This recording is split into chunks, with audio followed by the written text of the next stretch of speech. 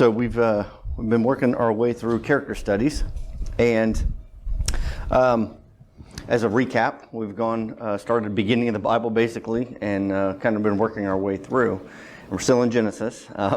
So we started with Adam and Eve at creation, and then we saw Cain and Abel, and looked at their events. And then we filled in Noah, and later Abraham. And then we had Isaac and Ishmael, and then last time we had Jacob and Esau. And so as we've kind of worked through this, it's been interesting to see how God has worked with people and what's been expected of them. And already we're seeing how God has changed things. And again, we're just in the first book of the Bible. We haven't even gotten out of there yet. And so we need to keep that in mind, I guess, as we look at these character studies. One, that God changes how he deals with people. He changes what he expects from them. And so we don't get caught up in that idea. And we even did a message on God being the same yesterday, today, and forever. And that we don't get caught up in thinking that he deals with everybody the same way. And so as we look at this, and as we look at today's study, hopefully you'll keep some of those things in mind, some of these themes and some of these patterns that might continue to show up as we continue to look at different people. And I don't know how long we'll continue to work through this, but we'll see sometimes some similar themes, some similar events take place. And some of that is because man is pretty hard-headed, and it takes us seeing it happen multiple times for us to realize, oh, that's what we're supposed to be doing. Oh, that's not what we're supposed to be doing. So today I wanted to look at Jacob and the sons of Jacob. And there are 12 sons, namely, that we are used to hearing about, seeing.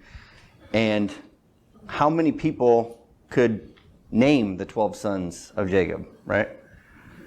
There might be a few, right? I don't know. Does anybody have some names you could throw out? Because I'll write them up here and see if we can list all of them together. So, what's one that somebody knows? Who's maybe the most prominent? Joseph. There we go. What's another one? Judah. And another? Reuben.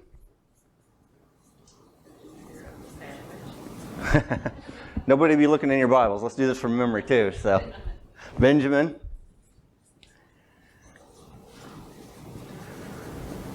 Okay. Naphtali. Yeah. I don't know how you say it exactly either, but. Okay. There's an Issachar.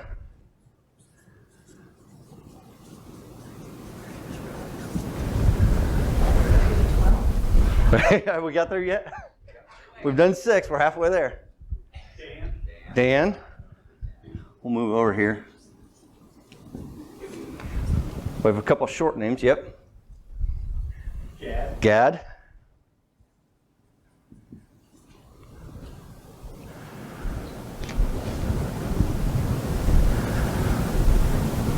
There's one that starts with an A. No. Asher.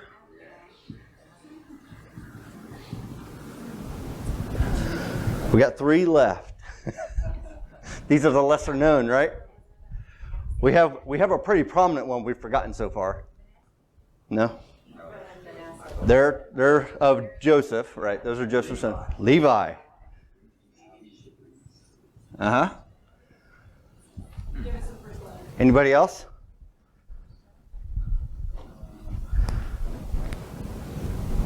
There's a Z. Zebulun.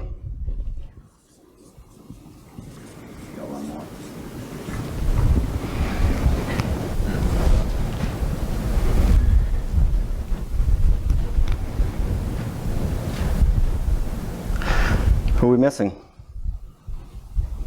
1, 2, 3, 4, 5, 6, 7, 8, 9, 10, 11. Now I'm not even seeing it on a list, and I have it. Gad, Asher, Joseph, Benjamin, Dan, Naphtali, Issachar, Zebulun, Oh, we didn't get the second one. Sorry. Simeon. I thought we had set it up here. Simeon. Okay. There they are. So those are the 12 sons of Judah. Not to be confused with the 7 dwarfs. We might be able to name those easier. All right. But what do they have to do with us? Obviously, we don't know a lot of them. They're not very prominent. The ones that are most prominent, obviously, everybody's heard of Joseph. And it's because, and I'm not going to touch on Joseph too much today because I feel like that's a character study that we'll probably do his pretty in-depth. He takes up even more than his story, if you will, takes up more space in the book of Genesis than even Abraham's does. Judah, huge. That's one we're going to focus on today. Reuben has a little bit more said about him. Benjamin has a little bit more said about him. Levi and probably Simeon. But Issachar and Zebulun and Asher and Gad and maybe even Dan a little bit too. They don't have a whole lot said about them, so we don't have much we can deal with, especially with them directly. When we look at each of these names, these were men. These were the sons that were born to Jacob. But then we know that as we look at the context of the Bible, they became something also. They became the 12 tribes of Israel, of Jacob. And so I wanted to look just kind of at Judah today and just Judah's life, really, and some things about him without going too in-depth into the other 12's, but mainly Joseph, again, but also just what happened with their descendants. You know, because, again, that's just way more in-depth study than we can really do in one day. So I want to briefly touch on a few of them, but mainly we'll probably wind up looking at Judah the most today. So, again, probably the most famous story that we have of the 12 is the story of Joseph. And that begins really in Genesis 36, I believe. I didn't write that down. I know there's...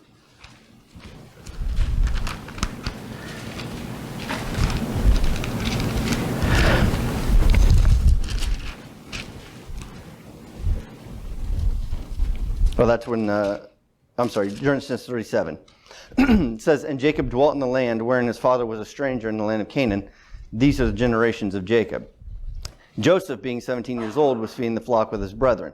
So this is kind of where that whole portion, and really through the rest of of this book, we see everything kind of happen for Joseph. Again, not one that I kind of want to focus on today, but we'll come back to that a little bit. So if you will, flip back with me to a few pages back to 30. Let's see. I think we'll go back to where Jacob, even back in chapter 30, where Jacob has his wives. There are multiple wives, and only to kind of point out some things there and to see where all 12 of these men come from. So in Genesis chapter 30, we have Jacob, who loves Rachel, sees Rachel, loves her, wants to marry her. Goes to, I'm still not in the right chapter, 29.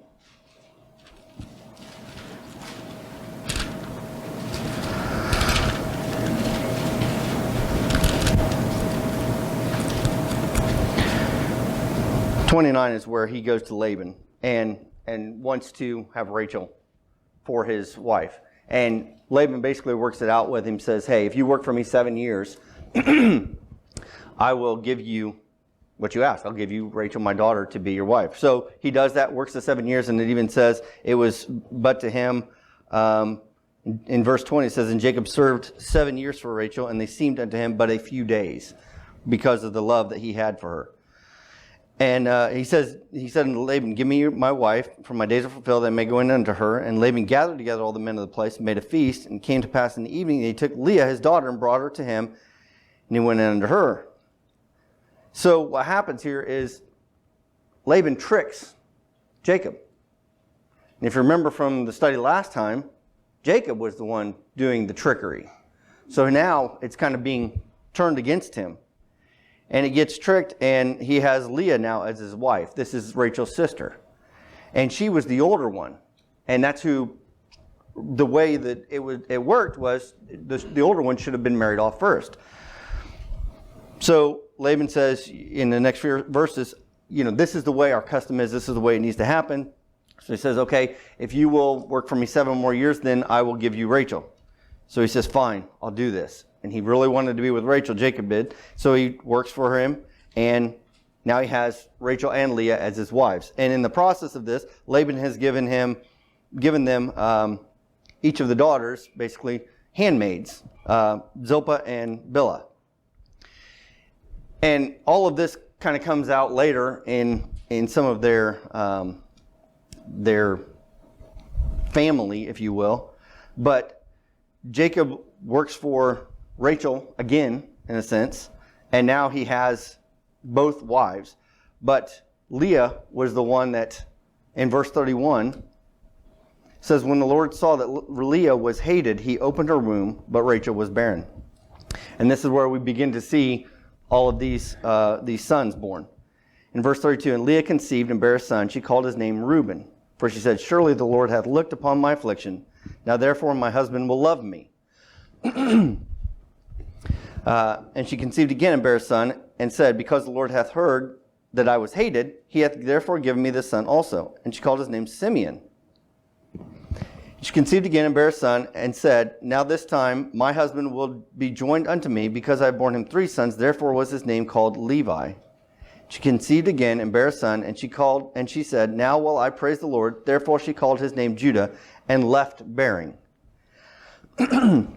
And we can continue on and see. So we have 4 of the sons born at this point. We have Reuben was 1.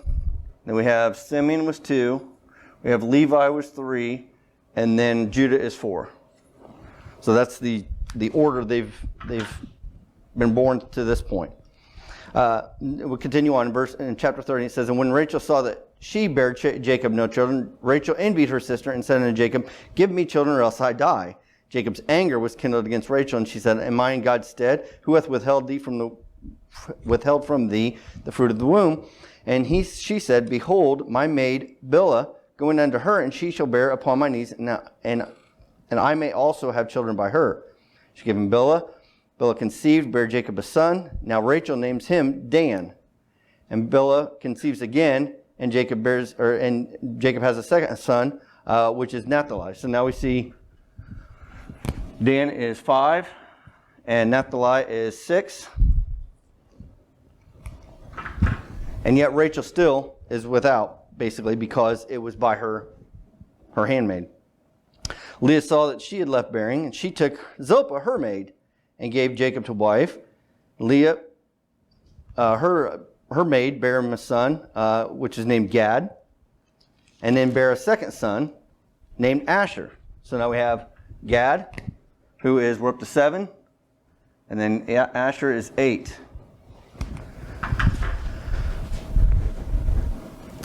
And then if we go down to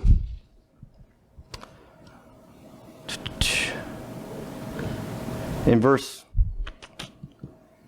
17, and God hearkened unto Leah, and she conceived and bare Jacob the 5th son. Leah said, God hath given me my hire, because I have given my maiden to my husband. She called his name Issachar. And Leah conceived again and bare Jacob the 6th son. Leah said, God hath endued me with a good dowry. Now will my husband dwell with me, because I have borne him 6 sons. She called his name Zebulun. So it's kind of interesting, the thought pattern they have there. That, who do we have next? Issachar, and then Zebulun. So we're up to 9 and 10. I'm losing count now. But that their belief at this time was they'll love them, they'll stay with them if they produce offspring. This is what was going through their minds. And even the little bit that they have there with Reuben, and we may come back to that, just the things that was happening within this family, trying to, I don't know if they were trying to earn God's blessing or if they were trying to supplant it and do it on their own. And that's why. that they wouldn't trust God because when they were barren. And I tried to think of this too. It's like, what did they know? We know they were barren. It tells us right there they were barren. So why didn't they just deal with it or whatever? But in their mindset, or at that time, it's like, how did they know? They obviously didn't have the modern medicine we have that may have told them, you're barren, you're not able to have children. What did they know? Was it because God told them you're barren, or was it because of something else?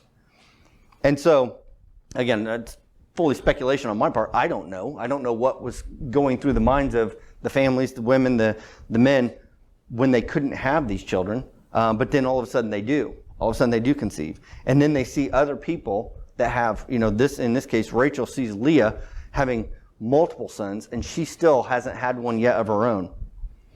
And so they're, I'm sure, heartbroken, but nevertheless, they continue to do sometimes what they should, and God ultimately does give Rachel her 2 sons. And we see in verse 22, it says, and God remembered Rachel, and God hearkened to her and opened her womb. She conceived to bear a son, and said, God hath taken away my reproach. And she called his name Joseph, and said, the Lord shall add to me another son. And that's interesting that she said that God would add to her another son. And ultimately, Benjamin is the one that comes later. He shows up in another chapter, and I don't know if I wrote down exactly which one, but what was, did she have a promise from God? Did she have something that she knew that she was going to get that second son, or was this just her almost wishful thinking kind of thing? So we now have the 12 names, the 12 sons. We have their order, as it were, listed out here by each one of their names. So let's see what about them, right? We know that as we've kind of worked through this, God has been working through Abraham and then his seed line and his son, Isaac, and then through Isaac, because Abraham had 2 sons, Isaac and Ishmael, and then Isaac had 2 sons, Jacob and Esau, and now we're looking at Jacob because that's the line, that's the seed line that we're looking for.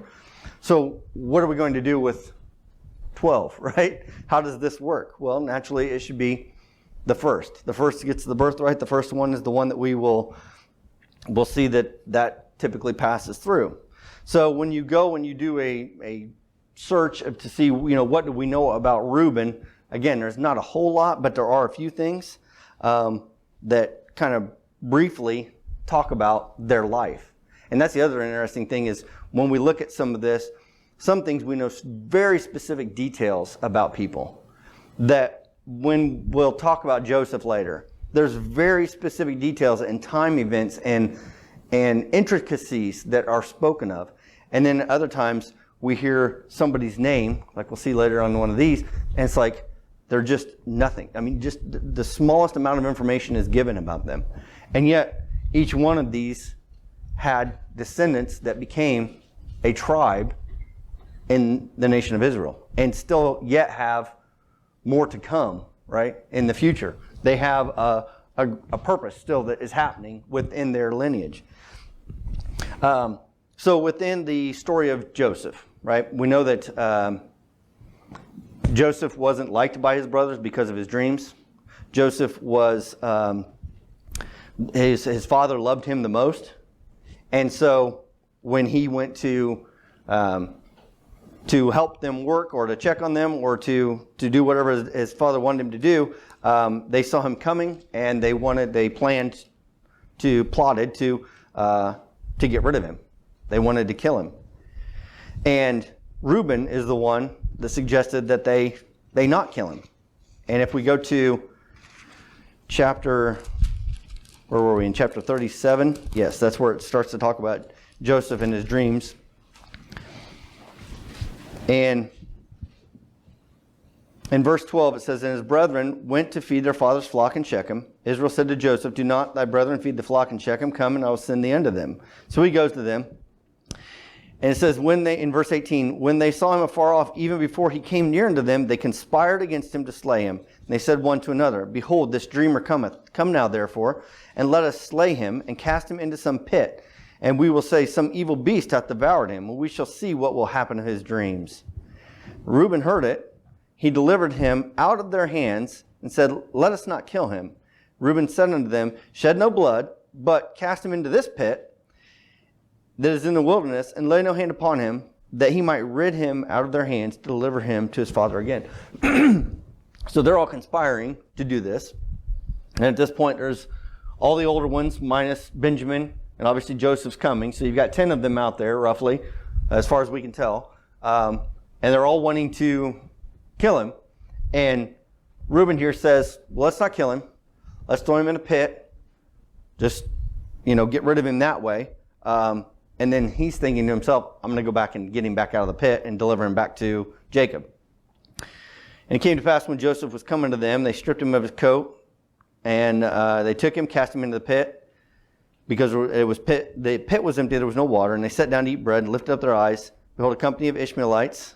That's interesting. Ishmaelites. So here we have Jacob and his sons, or Jacob and their father Isaac, his father Isaac, and basically his uncle Ishmael. Now we're seeing that there's a whole family that has become a separate nation, really, and these people, the company of Ishmaelites, they're going to sell him to other people that really are more brethren in a way. Maybe not brethren, but just they're in a way family in this sense. But he said, Judah said unto his brethren, what profit is it if we slay our brother and conceal his blood? Come now, let us sell him to the Ishmaelites. Let not our hand be upon him, for he's our brother and our flesh. And his brethren were content. So they decide, we'll get rid of him this way. If we slay him, it's just done. We have to deal with our father anyway. If we just leave him in the pit and he dies, what is that to us? We don't get anything out of it. Now he's looking at it from a profitable sense. How can we make some money on this? Right? So Judah's trying to be the one to make a little money off his brother. And so the Midianites merchantmen passed by, and they lifted Joseph up and sold him to the Ishmaelites for 20 pieces of silver.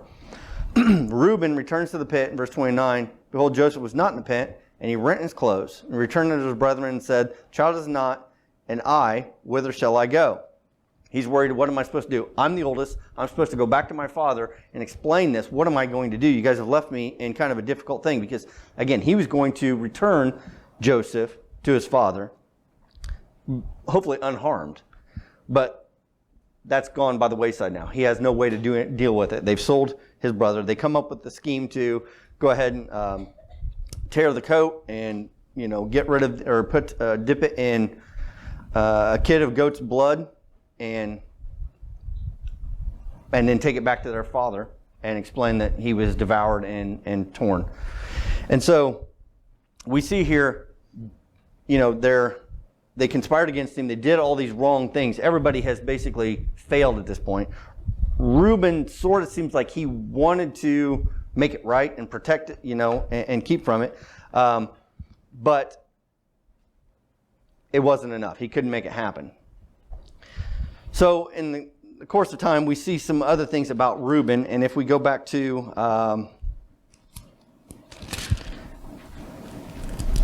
how did I not write that one down either?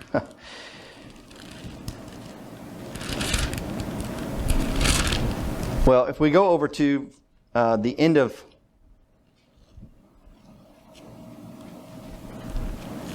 Genesis 35, I'm sorry. I did have it written down just in a different area. Genesis 35.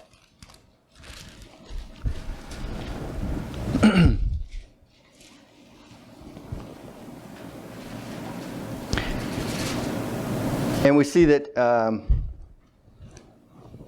in verse 16, here's when we see that Benjamin is born, actually. So they journeyed away from Bethel, and there was a little way from Ephrath, and Rachel travailed, and she had hard labor. And it came to pass, when she was in hard labor, midwife said unto her, fear not, thou shalt have this son also. It came to pass, as her soul was departing, for she died, she called his name Benoni, but his father called him Benjamin. And Rachel died, and was buried in the way of Ephrath, which is Bethlehem. And Jacob set a pillar upon her grave. This is the pillar of Rachel's grave unto this day. So here's where we see that Benjamin was born. But moving on to verse 21. And Israel journeyed and spread his tent beyond the tower of Edar. And it came to pass, when Israel dwelt in that land, that Reuben went and lay with Bilhah, his father's concubine. And Israel heard it. And it says, now the sons of Jacob were the 12, and it lists the 12. This one little statement. Reuben went and lay with Bilhah, his father's concubine. We remember Bilhah was one of the handmaids to his two wives. But this plays a very key role in Reuben's life. If we go over to Genesis chapter 49, this is the end of Jacob's life, the end of the book of Genesis, if you will. And Jacob brings all of his sons together. This is after Joseph's life in Egypt. They've all come back together. Hopefully you remember that story. Don't have any spoilers here with that. But so he brings them all together, and he's going to give each one of them their blessings, each of the 12. And in chapter 49, verse 1, it says, and Jacob called unto his sons and said, gather yourselves together, that I might tell you that which shall befall you in the last days. Gather yourselves together, and hear ye, sons of Jacob, and hearken unto Israel your father, which is Jacob's other name. Reuben, thou art my firstborn, my might and the beginning of my strength, the excellency of dignity and the excellency of power. Unstable as water, thou shalt not excel. Because thou wentest up to thy father's bed, then defilest thou it. He went up to my couch. So that one thing is what's remembered, right? Nothing is said about him trying to save his brother, because that didn't happen, for one, but there wasn't any other redeeming quality necessarily that came from this. And now, even after he says, my might, the beginning of my strength, the excellency of dignity, the excellency of power, yet he says, because thou wentest up to thy father's bed, then defilest thou it. Now, if we go over to 1 Chronicles chapter 5, it's going to give us a little bit more insight about this. And you can definitely go and study out more about these 12 tribes and the events that happen later. And we see here, and it's talked about in the sons of Reuben, in 1 Chronicles 5, verse 1, says, now the sons of Reuben, the firstborn of Israel, for he was the firstborn, but for as much as he defiled his father's bed, his birthright was given unto the sons of Joseph, the son of Israel, and the genealogy is not to be reckoned after the birthright. So because of that one thing that he did, he lost his birthright. It was taken away from him. Even though he's the firstborn, he's lost it. So now we can see that basically Reuben, the firstborn, is out of the way, in the sense of that's where the lineage would go. This is where Jacob's line is going to proceed. So if we move on, we see the next one is Simeon. What do we find out about Simeon? Is there anything that talks about Simeon in the Bible? Well, if you do some word searches and you do reading through the book of Genesis, you'll see that Jacob had a daughter named Dinah, and I forget which one she was born to. Let's go to Genesis chapter 34.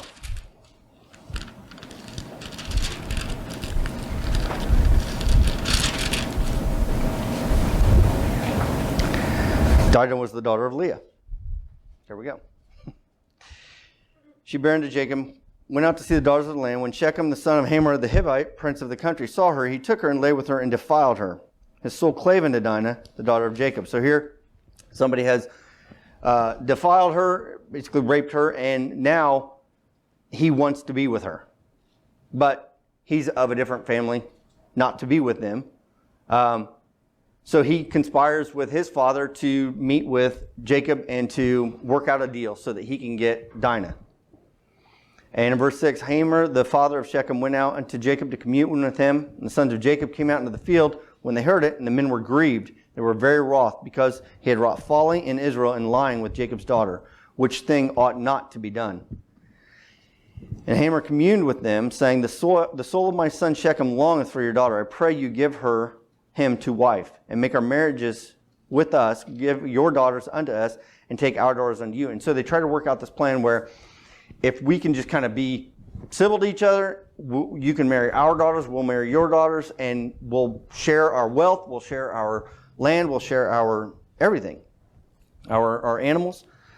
And so they kind of work something out, and it says in verse 13, the sons of Jacob answered Shechem and Hamor his father deceitfully, and said, because he had defiled his sister, They said unto them, We cannot do this thing to give our sister to one that is uncircumcised, for that were a reproach unto us. But in this will we consent unto you, if you will be as we be, that every male of you be circumcised. Then will we give our daughters unto you, and we will take your daughters to us, and we will dwell with you. We will become one people. But if you're not hearken unto us to be circumcised, then we will take our daughter, and we will be gone. And so they agree to it. They're like, okay, fine. We will be circumcised, we'll become as you, and we'll all be together. This is how it's going to happen. This is also that this one Shechem can be with Dinah, the daughter. And they come out and they convince everybody within everybody that goes in and out of the gate. In verse 24, and unto Hamor and unto Shechem his son hearkened all that went out of the gate of the city. Every male was circumcised, all that went out of the gate of his city. And so here they're going to have this prenuptial agreement maybe, or this agreement that if they do this, they're going to share in their abundance, share in their wealth, share in their land, share in their families. They're all going to be one people. And really, it would have worked, and it kind of followed in what God's plan was, because he said anybody that is circumcised will become part of the nation of Israel. And so, really, they told them, hey, if you do this, we'll be one family together. It was a truth, right? It really would have been part of what God's plan was, but they did it deceitfully. And we see in verse 25 what that deceit was. And it came to pass on the third day when they were sore, that two of the sons of Jacob, Simeon and Levi, Dinah's brethren, took each man his sword and came upon the city boldly and slew all the males. They slew Hamor, Shechem his son, with the edge of the sword, and took Dinah out of Shechem's house and went out. And then the sons of Jacob came upon the slain and spoiled the city because they had defiled their sister, and they took everything they had. So, they set them up in this trickery again by telling them something that was really a truth, but they did it for the wrong reason, right? They knew what they were going to do. They were just doing it to get their sister back because he had defiled her. And so Simeon and Levi go in and kill all of these men. They knew when they would be at their weakest and went in and killed them all. So let's go back to Genesis 49. And we'll see here the end of Jacob's life and the blessings he's giving out.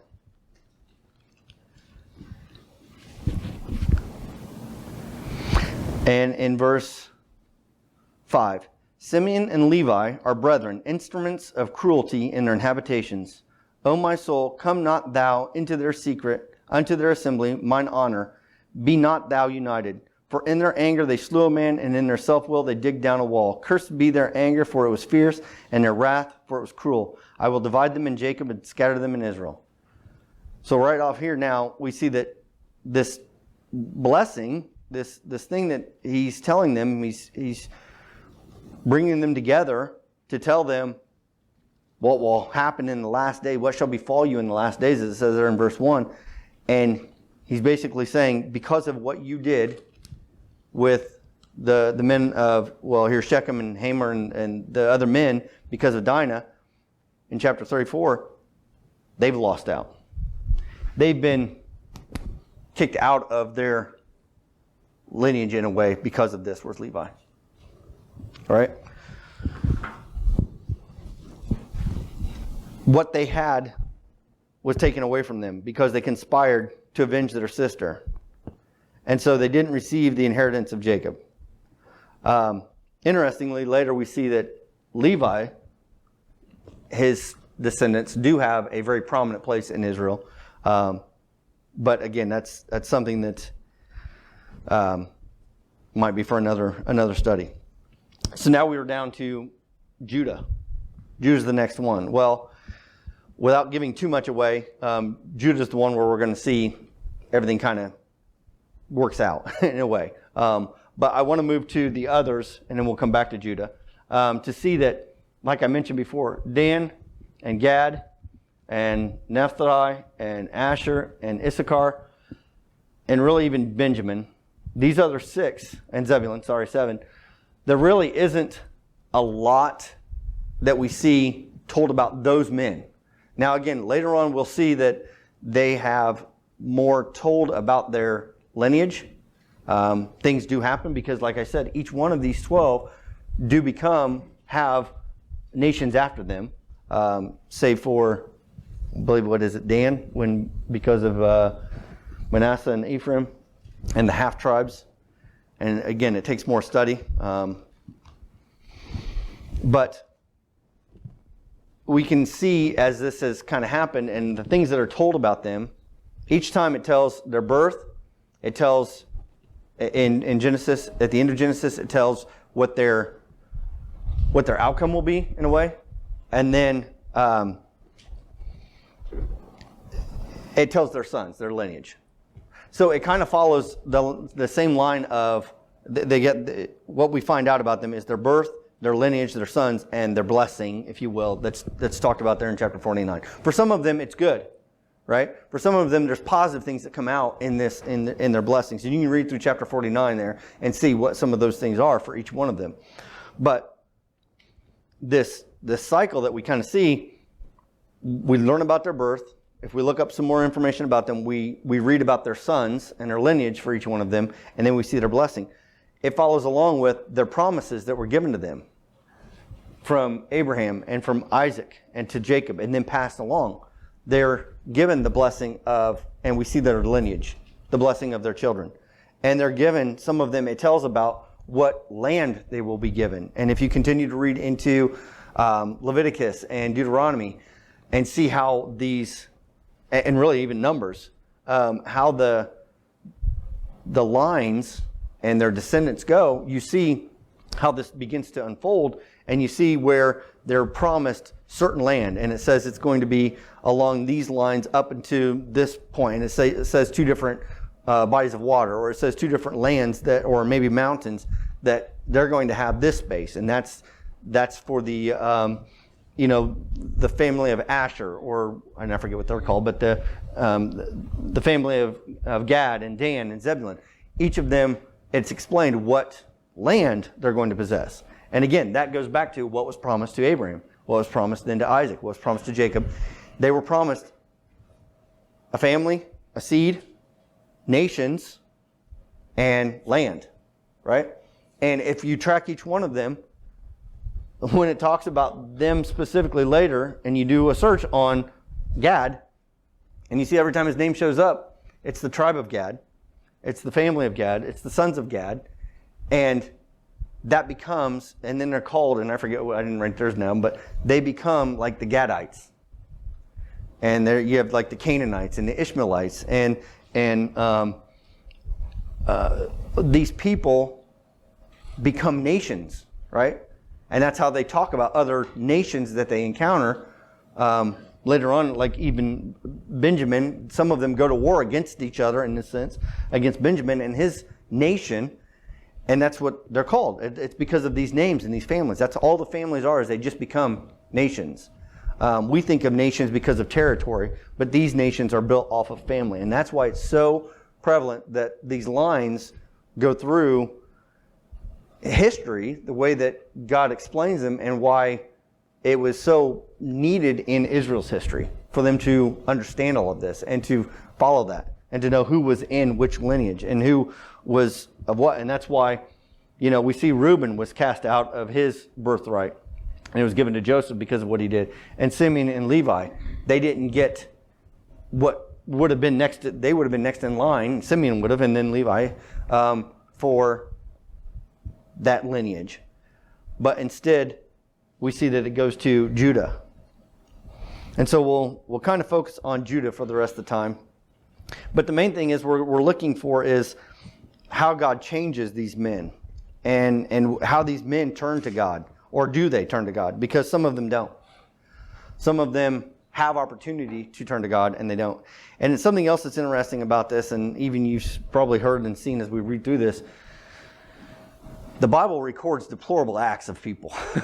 It doesn't hold back punches. It tells you exactly what's happening and how awful it is.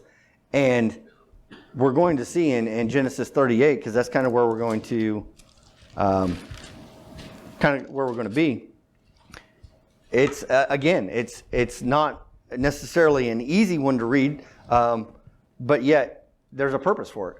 And sometimes we may look at these things in these chapters, and even this for today, it's like, why is this even written about? Why is there so much information given to us about this?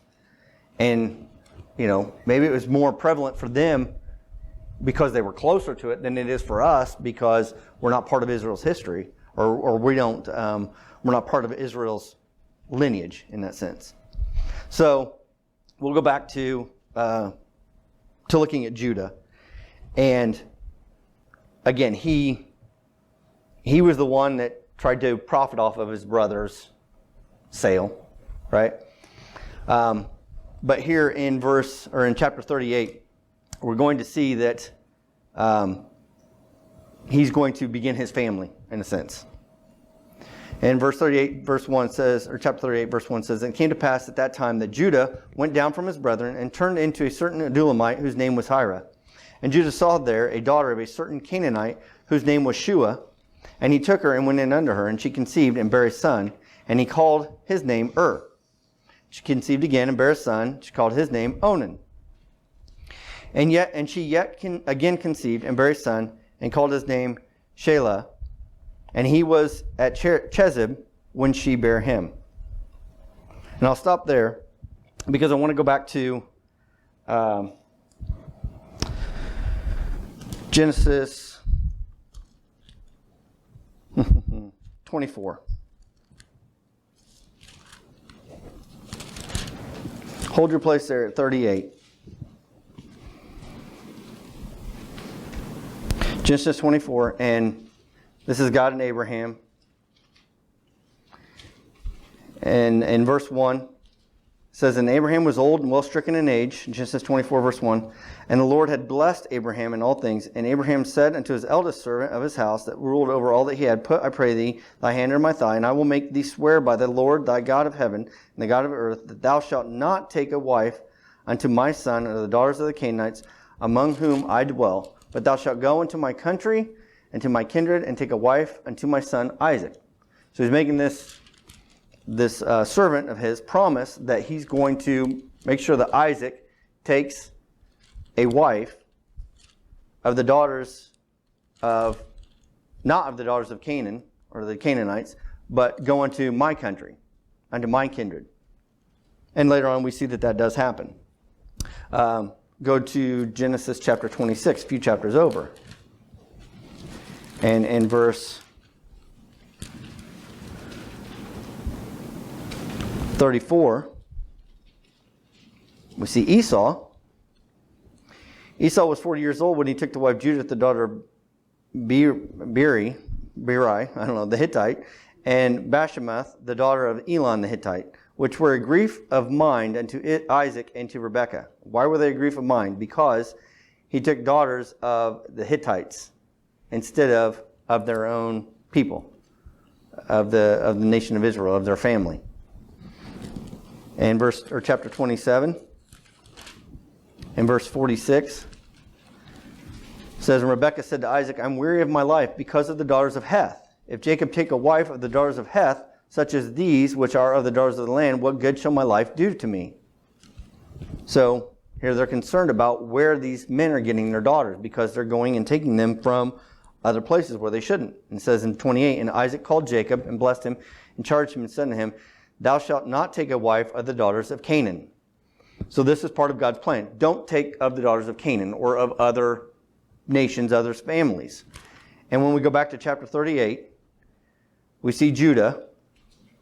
Came to pass at that time that Judah went down from his brethren, turned into a certain Adulamite whose name was Hira. Judah saw there a daughter of a certain Canaanite whose name was Shua, and he took her and went in unto her. So he takes for him a wife of a Canaanite. Already he's disobeying God. He's been told through his lineage that they shouldn't take of the Canaanites. His fathers before him, uncles, whoever else, that was part of this process. Don't take of the daughters of Canaanite for your wives. What's he do? He goes down there and takes a wife and has 3 sons by her. And now we'll read on about his life, Judah's life, with his sons and later his daughter-in-law. And it says, "And Judah took a wife for his firstborn, whose name was Tamar. And Judah's firstborn, was wicked in the sight of the Lord. That's interesting. Like I said, we don't know much about some of these people. Joseph, we hear a whole lot about. He has like 12 or 13 chapters written specifically about him and his events and things. We hear about firstborn of Judah. And the thing we find out about him, he was wicked in the sight of the Lord. And the Lord slew him. We don't know why specifically. We just know he was wicked in the sight of the Lord. And that was enough for God to slay him. And God was just in doing so. God could do that to any man, anybody, any person he chooses, because he's righteous and all of mankind is not. And so it doesn't matter what he did. It just says he was wicked and it was enough, because anything is enough. We're all condemned to this in a sense. We all have that possibility, right? And it says in verse, he was wicked in the sight of the Lord, and the Lord slew him. And Judah said unto Onan, go in unto thy brother's wife, and marry her, and raise up seed to thy brother. And this is because that was part of the tradition. This was part of what they were supposed to do. They were supposed to, when one died, the brother was supposed to carry on that seed. And that seed would have been, so has died, has been slain, right? Onan is now supposed to reproduce with Tamar, his wife, his brother's wife, basically, to carry on name, right? And so Onan realizes that if he does this, it's not his seed, it's his brother's. And what have we found out? That as the oldest is cast away, the next in line gets the benefits, right? And so it's probably that he's thinking, if is gone, I'm next in line. Maybe I'll get some of these benefits that he was going to get, right? I mean, those have to go somewhere. If there's blessings, if there's birthright, if there's things that are available to the oldest and he's out of the way, now I'm right here. And by the way it was supposed to work, it was going to get passed on to this child that was going to be named in his brother's honor, in a sense, right? So he decides he doesn't want to do that, right? And he disobeys God. Where am I? In verse 8, Jonah said unto Onan, go into the brothers and marry her and raise up thy seed to her. Onan knew that the seed should not be his, and it came to pass when he went into his brother's wife, he spilled it on the ground, lest he should give it to seed to his brother. And the thing which he did displeased the Lord. Wherefore he slew him. And again, just like that, he displeased God and God slew him. Because God is just, God is righteous, and men are not. God had every right to do exactly what he did. So now 2 sons are out of the way, and there's 1 son left, Shelah. Then said Judah to Tamar, his daughter-in-law, remain a widow at thy father's house till Shelah my son be grown. For he said, lest peradventure he die also, as his brother did. He's thinking Tamar's the one that's doing this, right? She's the one that's causing his sons to die. And yet God's the one killing them and slaying them because of their wickedness. Tamar went and dwelt in her father's house, and in the process of time, the daughter of Shua, Judah's wife, died. Shua was comforted and went up to his sheep herders to Timnath, he and his friend Hira the Adullamite. So he's back with this guy, hanging out with him. Whether that's good or bad, I don't know, but he may not be a good person to hang around with, I guess. And it was told Tamar, saying, behold, thy father-in-law goeth up to Timnath to shear his sheep. And she put her widow's garments off from her. She's still mourning for her husband, and covered her with a veil, and wrapped herself, and sat in an open place, which is by the way to Timnath. For she saw that Shelah was grown, and she was not given unto him to wife. So she's looking at this saying, I know my father-in-law Jacob. I know, or Judah. I know the promises that have been passed down through Jacob and now through Judah. I see the blessings that kind of come through this. She's going, I need to be a part of this. I should be a part of this. If it goes like it's supposed to, then she and Shelah will have a son that will be in name, and it will continue that way. So she goes to find Judah, maybe to talk to him, to say, hey, we've had this agreement. Sheilah's growing up. You're not giving him to me. What's going on? Did you forget about me? You kind of cast me away at my father's house. In verse 15, it says, when Judah saw her, he thought her to be an harlot because she had covered her face. What that was like in that era and in that culture, I don't know. It doesn't say in verse 14 that she went there to be the harlot, to play the harlot, to look like a harlot. It says that she put on different clothing. It says that she took off her widow's garments, covered her with a veil. I don't know if all the times that a veil is the only thing that determines that she's a harlot, or if it's because she sat in an open place, which is, by the way, to Timnath. But when he saw her, he took her for a harlot. Judah may have made an error in what he saw here. Maybe not Tamar in the way she acted or the way she portrayed herself. So verse 16, and he turned unto her by the way and said, go to, I pray thee, let me come in unto thee, for he knew not that she was his daughter-in-law. She said, what wilt thou give me that thou mayest come in unto me? And he said, I will give thee a kid from the flock. She said, wilt thou give me a pledge till thou send it? And he said, what pledge shall I give thee?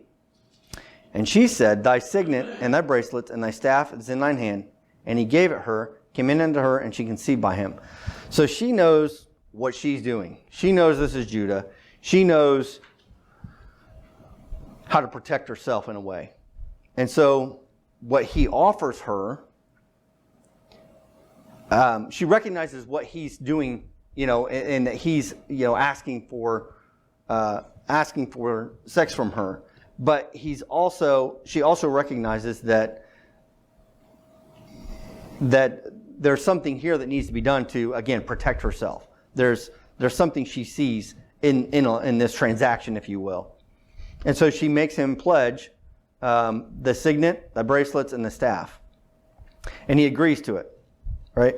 And we see that she conceives a son by Judah, or a child by Judah. In verse 19 it says, she arose and went away and laid by her veil from her and put on the garments of her widowhood. So she goes back to her mourning and that tradition of how she would dress herself. And Judah sent the kid by the hand of his friend, the Adullamite, Hira, to receive his pledge from the woman's hand, but he found her not. Then he asked the men of that place, saying, where is the harlot that was openly by the wayside? And they said, there was no harlot in this place. And he returned to Judah and said, I cannot find her. And also the men of the place said that there was no harlot in this place. So what's he got to be thinking now, right? I went down there. I saw harlot. I was with a harlot. I gave her my things, pledged for this, and now there wasn't one. Judah said, let her take it to her, lest we be shamed. Behold, I sent this kid, and thou hast not found her. And it came to pass about 3 months after that it was told Judah, saying, Tamar, thy daughter-in-law, hath played the harlot, and also, behold, she is with child by whoredom. He doesn't realize the connection. He doesn't know this. He just thinks his daughter-in-law that he's cast away, so that he doesn't have to deal with her, because he's either concerned about her being a curse on his son. He still has Shelah over here that he's not giving to Tamar, right? He's kind of kept that separated. And now she's coming back into his life, So he's like, bring her forth and let her be burnt. She played the whore for somebody else. This is what should happen. Get rid of her. And that takes care of my other problem, right? Now I can deal with Shelah and some other things this way. So we see something kind of come full circle. When she was brought forth, she sent to her father-in-law, saying, by the man whose these are, am I with child? And she said, discern, I pray thee, whose are these? The signet and the bracelet and the staff. So she gives these and says, this is the man that came and impregnated me with a child, right? And if you can find out whose they are, then we'll know exactly who it is. And then he can be dealt with too. In verse 26, and Judah acknowledged them and said, she hath been more righteous than I, because that I gave her not to Shelah my son, and he knew her again no more. So it's interesting that through all of this, Tamar, whether she was right in her actions or not, did things in a way to protect herself, one, to make sure that she wouldn't be burnt in a way, literally, but then also to, put this back on Judah, But she's also possibly thinking, once it came to their interaction and him purchasing her, right, that she realized, if I have a child by him, then that carries the lineage. And there at the end in verse 26, he acknowledged them and said, she hath been more righteous than I, because that I gave her not to Shelah my son.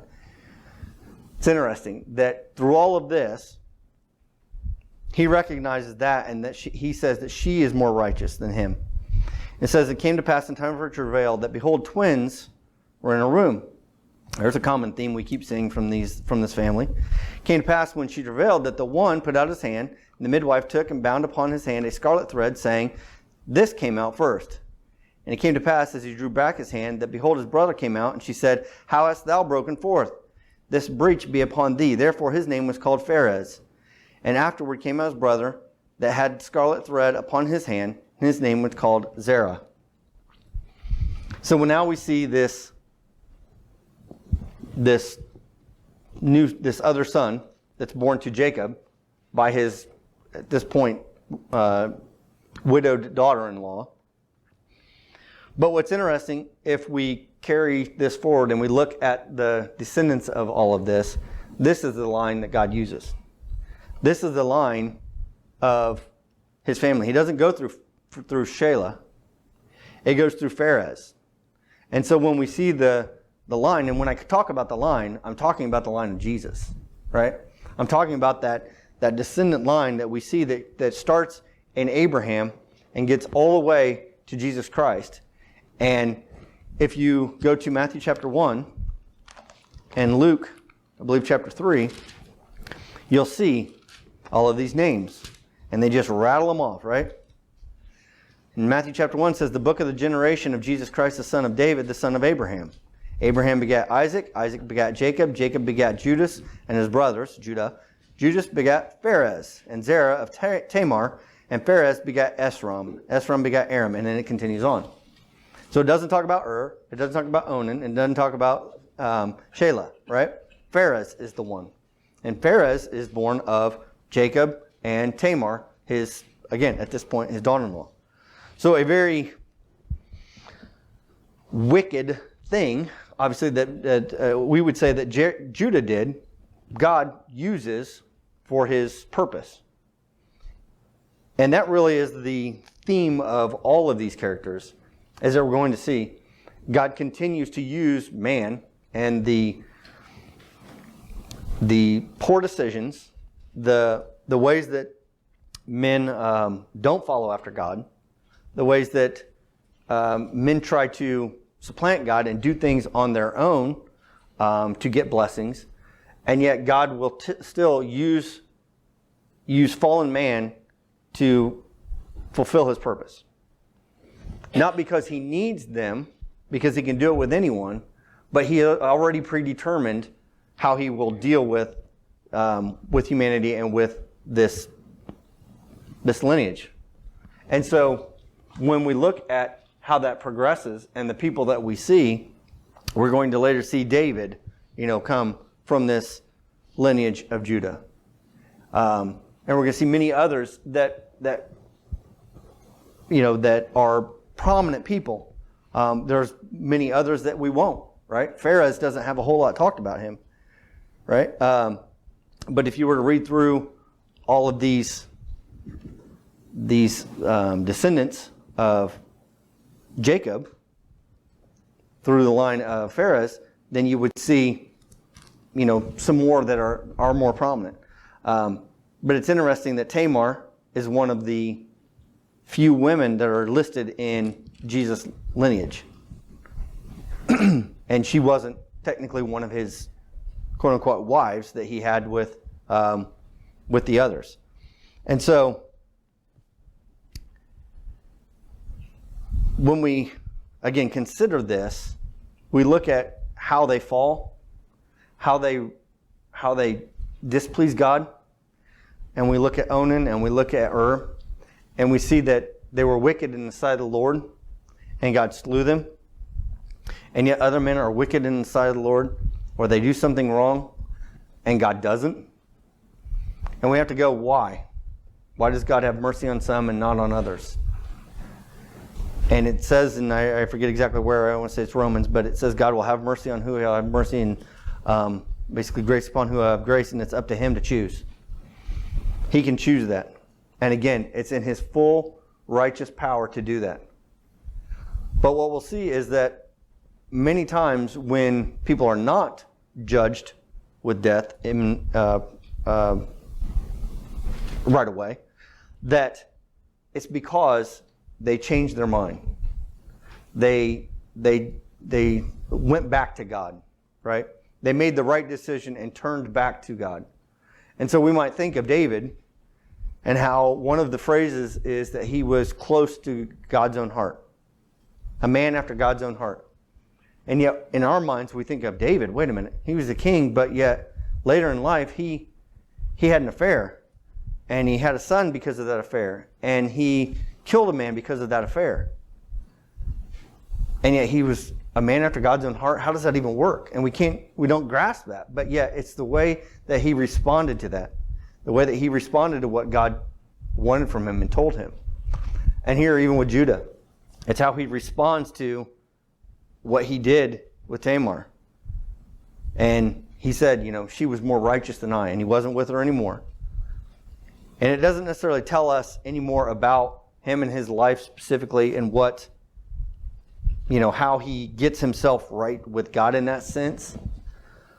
But he was righteous enough because of, or God, I shouldn't say that. He was right enough with God that God continued to use him and use his lineage. Right? Not because he was righteous himself, but because God already had a plan in place. God knew how he was going to do it. And he wasn't going to let one man mess that up. Right? Because God can use people at their lowest level, at their lowest decision making, at their lowest reprobate mind. He can still use them if they will turn to him. And that's the same thing for us, because every one of us only each one of us knows how reprobate we are. And sometimes we may not even know just how reprobate we are. But yet it's up to us to make that decision to turn to God. It's up to us to say, I'm a sinner. I have made a mess of my life. And if I keep going down this path, God is going to judge me and has every right to judge me. But he's sent a way that I don't have to endure that. He sent a way that sin and that reprobate life can be dealt with. And that's paid for with Christ's blood on the cross and his death and resurrection. And so if I believe that and I trust that that's enough to pay for myself and my life and my reprobate lifestyle, then I'm promised eternity with God. I'm promised a clean slate, if you will. I'm promised the fact that God doesn't see that reprobate mind anymore. He doesn't see me in Adam and Abraham and Judah and Jacob and all those people that made poor decisions. He doesn't see me in that mortal life. He sees me in Christ because I'm a changed man because of that. Because I turned to God and I did what he wanted me to do. He wanted me to believe that that was enough. He made a way for it.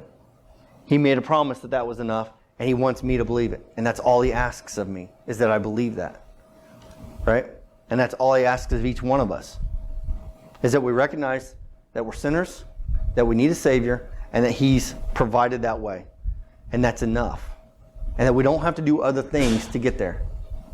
And yes, we will continue to live our lives, and we will continue to sin in these lives, but God's paid for all of those, and He's dealt with all of those, so that we can live this life as ambassadors. We can live this life continuing to serve Him, right?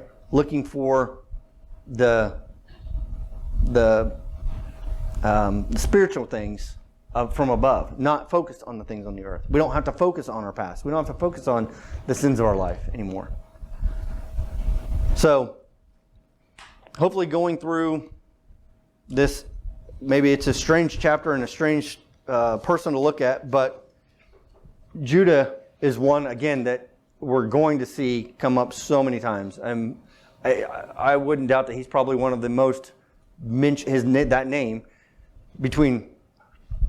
he's the most mentioned, maybe even in the Bible. I mean, it's just unbelievable how much you'll see it happen, right? Because, when you get into the prophets, everything is talking about, the tribe of Judah.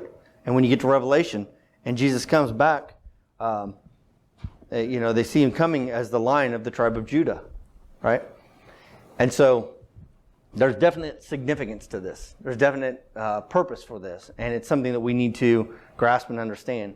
But ultimately what we need to understand is that even though this man messed up, God was able to use him, continue to use him, just as He does with us.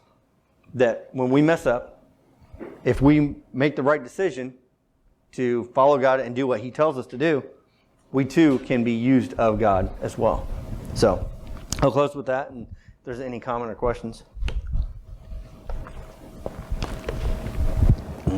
Yes? I think this is interesting in the fact that I've read through a lot of this before, but the way that you put it together, I guess we kind of always look at Jesus' lineage, and I always, in my mind, thought, oh, these were all holy and righteous people. And that's obviously not true. No. Yeah. And so the fact that God can do anything through anybody, which, even in the character of David, God can do anything through anybody, but still this kind of even focuses more in on that. Yeah. So I thought that was a good takeaway. And I don't know if you said, and I was going to ask about Tamar. Mm-hmm. So when it was said that don't take a wife from a Canaanites, Mm-hmm. was she a Canaanite? I don't believe that she was, no. But I was looking at that too, and I just kind of was looking through to see. I don't think it ever says where she came from. You know what? Since that's kind of coming up, and I forgot to bring this up, have you guys ever seen? It's a tool for. This is called the Adams Chronological Chart, and it's a map of history. Anybody familiar with it? Okay, so what happens is, and I may have to do this. I would love to hand this around and let people see it, but it is massive. It's bigger than this chart behind me. So what I'll do is. Yeah, if you can. You open it up, and it starts out, and it would just continue to unfold this direction. Right, and so, if you want to come this way a little bit. And so if we're looking at this, and we've started through, back here with creation, we have Adam and Eve, we have Cain and Abel, and it shows with each one of these, their lineage all across, and that's what these lines are. And then each one of these is showing the centuries leading up to. And so basically this one shows the time from the beginning of time, and then this one counts back from BC underneath it. And so it's a lot of information, but very beneficial. And so we're at Noah right here, right? And we're some 1,000 years in. And then we go to, here's Pharez. So this is where we're at today. So when we get to Pharez and Zerah of Judah, and I was thinking that I had seen Tamar's name listed here, and I can't think of where it was shown. But nevertheless, we've got Isaac, and then Jacob's line coming from Isaac, splitting off, and then it splits into the 12 sons right here. But then it creates a whole nother line down here, and it says, Jacob, the family tree is traced from Adam to the 12 sons of Jacob, from whom sprang the 12 tribes of Israelites, then the tribe of Levi to the death of Moses for the line of Christ from Judah. And it says, see below. And then throughout all of this, right here, Abraham, Isaac, Jacob, Judah, Pharez, Esrom, Aram, Aminadab. And so it follows that way. And so we can go back and see, just how these lineages worked and see who had sons where and all of this. To get back to what we're looking for specifically, we have Zilpah, Bilhah, there's Dinah. I thought it had said where Tamar was, but I don't see it now. So I'm going to have to spend a minute and look for that. Because, I don't know that it does say.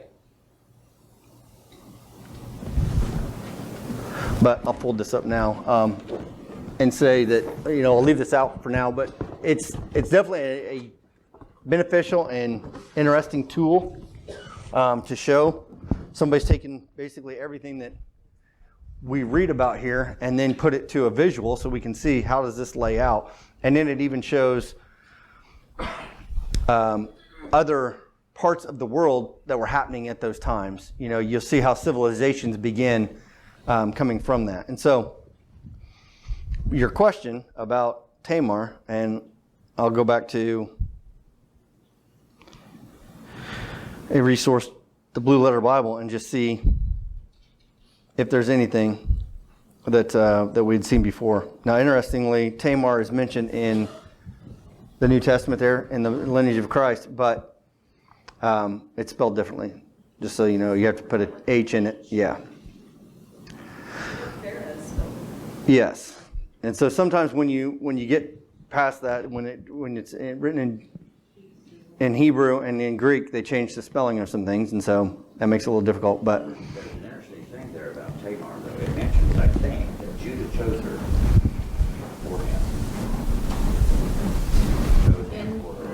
Earlier in Genesis. No, in that same chapter. right in 38, there he says that he took. It said Judah chose Tamar for Ur.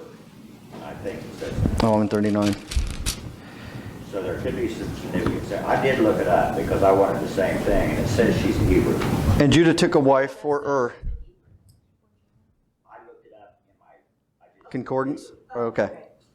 So it says Judah took a wife for Ur, his firstborn, whose name was Tamar. So if he, obviously he was with a Shuhite, was he a Canaanite? Was he recognizing that he needed to make sure she wasn't? I don't know. There's an interesting thing, though, that Tamar is mentioned in the lineage of Christ, and so is Rahab, a harlot. Right. So those are two women that are mentioned in Christ. Mm-hmm. Probably some significance there. Yeah. And then I believe Ruth as well.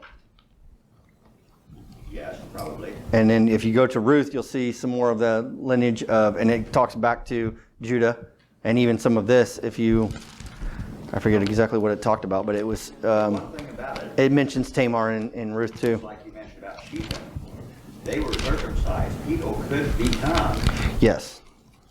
the children Right. if they would accept. I'm not sure, proselyte or something they would call it.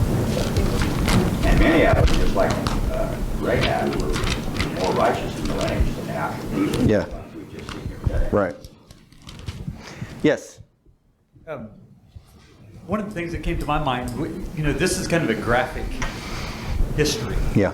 And God's not whitewashing the details.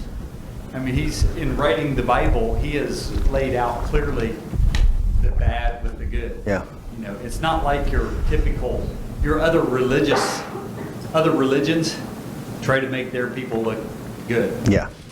And God is very clear in this case that the people he's dealing with are not good. In fact, it reminds me of a saying that Don used to say in dealing with Israel. He would say, God made a difference for the nation of Israel to show that there was no real difference. And his point was, God had promised Abraham to make a great nation and use that nation to bless the world. But first, he had to prove to that nation that morally they were no better than anybody else. Yeah. And that's what some of this stuff is bringing out, that from the very beginning, there was absolute corruption. From the very beginning, they were no better than the Gentiles were. And that proves a good point, even with the addition of the harlots in the lineage of Jesus. Israel. In the prophets, they mention Israel, they relate the comparison of Israel being a harlot. They are playing the harlot with God. They're not being true and loyal to God. And so it's all a lesson for them and for us, that just because God has made promises and you have the favor of God or whatever on you does not make you more righteous than anybody else. And so it's a good lesson for all of us. The only thing that we can stand on is the grace of God. Amen. Another thing that I thought about with, God, you mentioned that I never really thought about that before. It's been a long time since I've read it. God slew 2 sons of Judas. Now, it could be, it said evil in the sight of the Lord. So it could have been they were doing something directly against God. Right.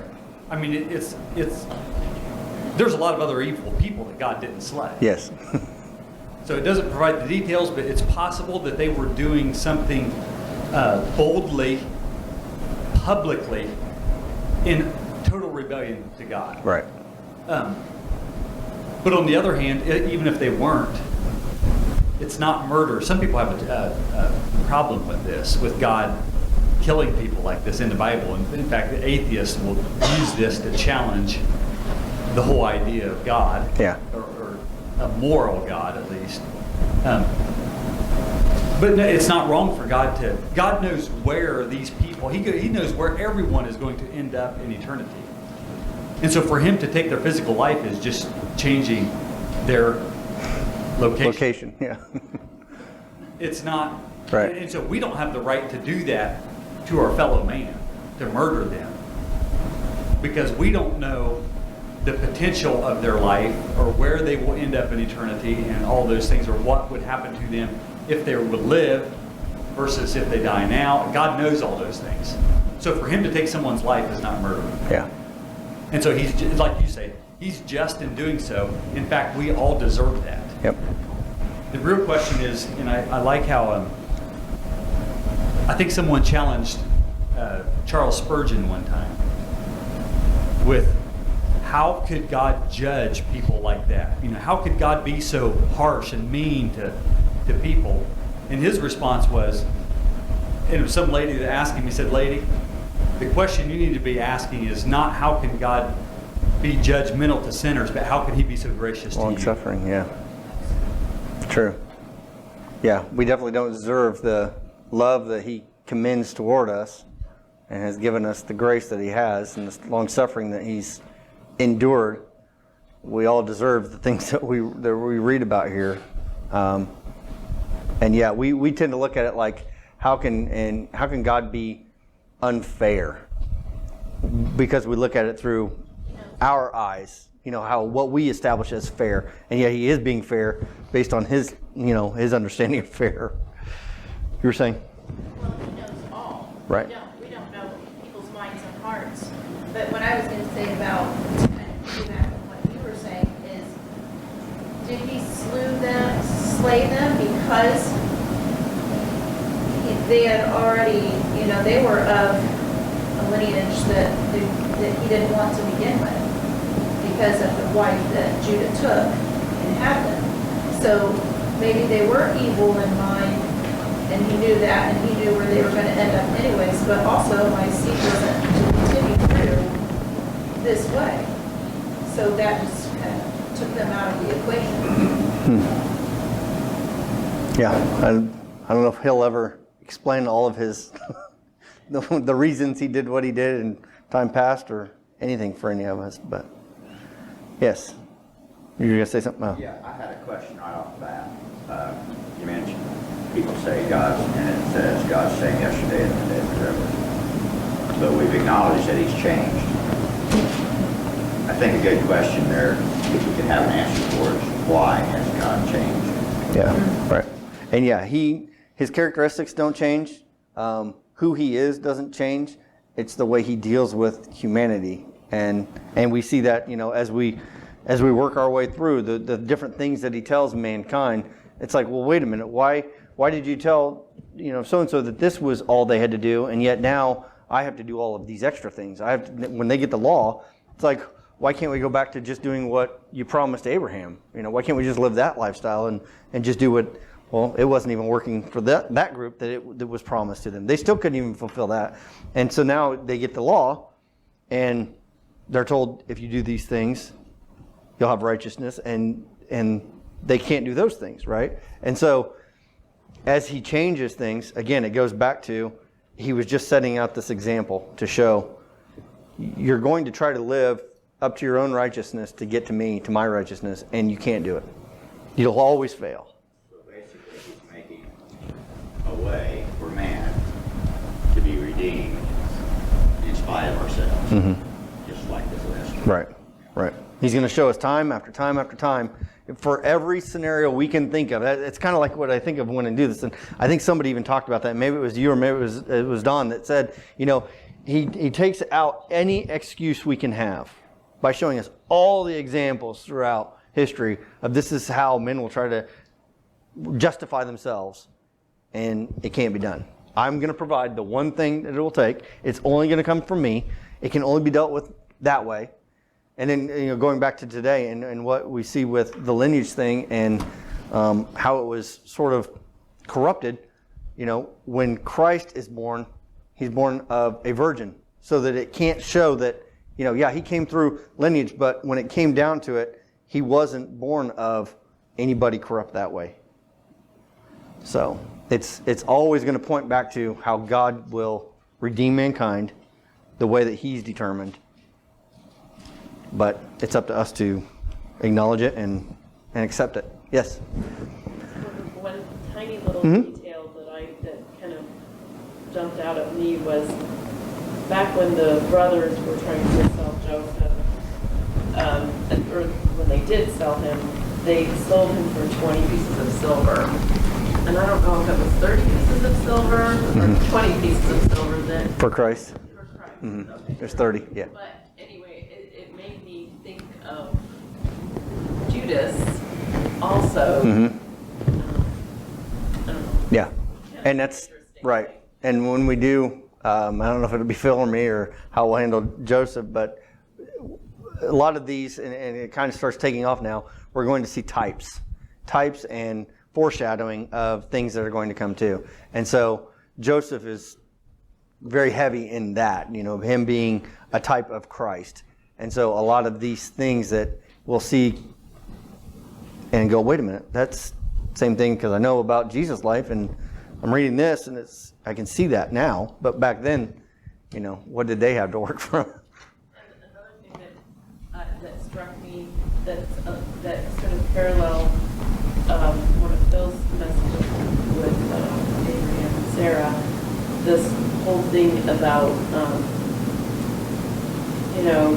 how God uses dead things to, like the resurrection idea, using dead things to bring life. Yeah. It's only through his power that happens. Yeah. I don't know. Yeah, just like with each one of these women that have been barren, and God opens them up and opens their womb to where they can conceive. But like you said, with the dead things, I guess even Sarah's was said that her womb was dead. But with Isaac and Abraham, Abraham knew that God would resurrect, and that's what his understanding of God was, and his hope was when he said, "We'll both come back down the mountain." Basically, is he knew when he was going up there to sacrifice his son, that he told the people that were with him, "We'll both be back down. We will both return." He knew that God would resurrect Isaac if he actually sacrificed him. So, yes, God does use dead things, thankfully, for his purpose. So, all right. I think we'll close with a word of prayer.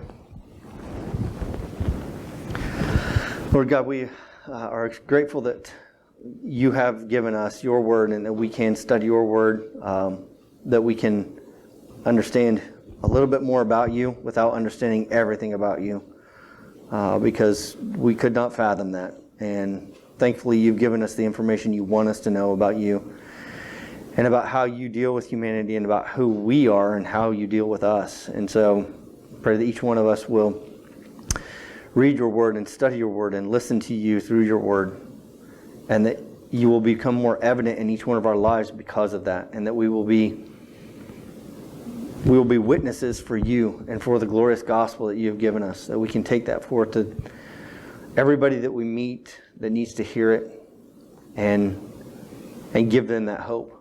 Give them that hope of a future and eternity with you, so that we don't have to look at this life and think that this is all there is and try to live out our days to the fullest, thinking that this is all we get, because we have so much more because of Christ. Amen.